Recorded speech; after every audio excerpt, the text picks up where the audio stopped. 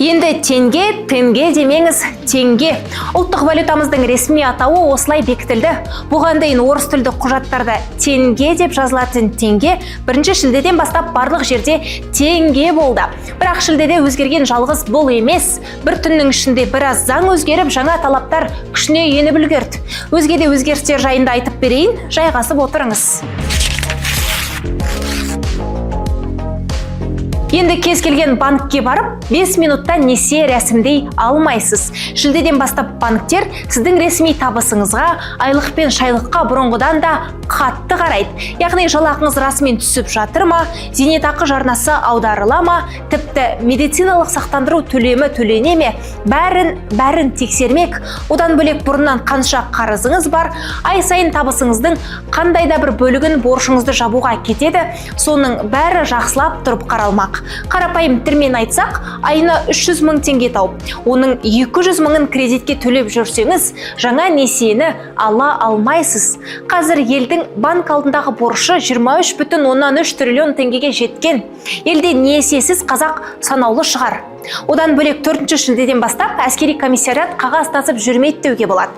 Әскерге баруы тиіс азаматтың денсаулығы, сонымен қатар сотталған, не сотталмағаны және жеке деректері бәрі электронды жүйеден қаралады дейді. Тіпті үйіңізге қағаз барып әскерге шақырып тұрмайды. Шақыру туралы бұйрықтар да цифрлық форматта рәсімделетін болады. Әскерге барам десеңіз қағаз жинап, әр дәрігердің есігін қағып жағаламайсыз. Бірақ база жұмыс істемей қалса, қағазбен жүгіретіні белгілі ғой. Айтпақшы, тағы бір айыппұл тізімге енді жас шыққанда зулап, электр самокат мінетіндер де айыппұл арқалауы мүмкін. Енді оны кәдімгі көлік сияқты тіркеу, сақтандыру, жүргізуші куәлігі болуы керек деген талаптар енгізілді. Тротуарда жүйткіп жүруге де болмайды. Егер жүре қалсаңыз, айыппұл төлеп шығын боласыз. Ал 19 шілдеден бастап бірыңғай QR жүйесі іске қосылады. Ол дегеніміз, дүкенде қай банк болса да қалағаныңызбен төлей аласыз.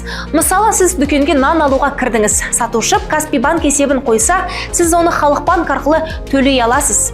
Тағы бір жақсы жаңалық.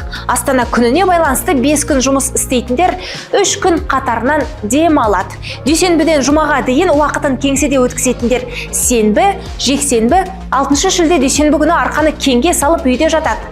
Ал сенбі күні жұмыс істейтіндер 4 шілде жұмысқа шығып, 5-6 шілде дем алуға рұқсат. Сондай-ақ елдің басқару жүйесінде де 1 шілдеден бастап үлкен өзгерістер басталды. Ең бастысы бұрынғы парламент, яғни мәжіліс пен сенат енді болмайды. Біраз депутат, олардың көмекшісі, жүргізушілері бәрі жазғы демалысқа кеткен еді, енді орындарына оралмайды. Себебі елде депутаттар тарқатты. Оның орнына тек бір ғана депутаттар жиыны болады. Ал оны мәжіліс, сенат деп емес, құрылтай деп атаймыз.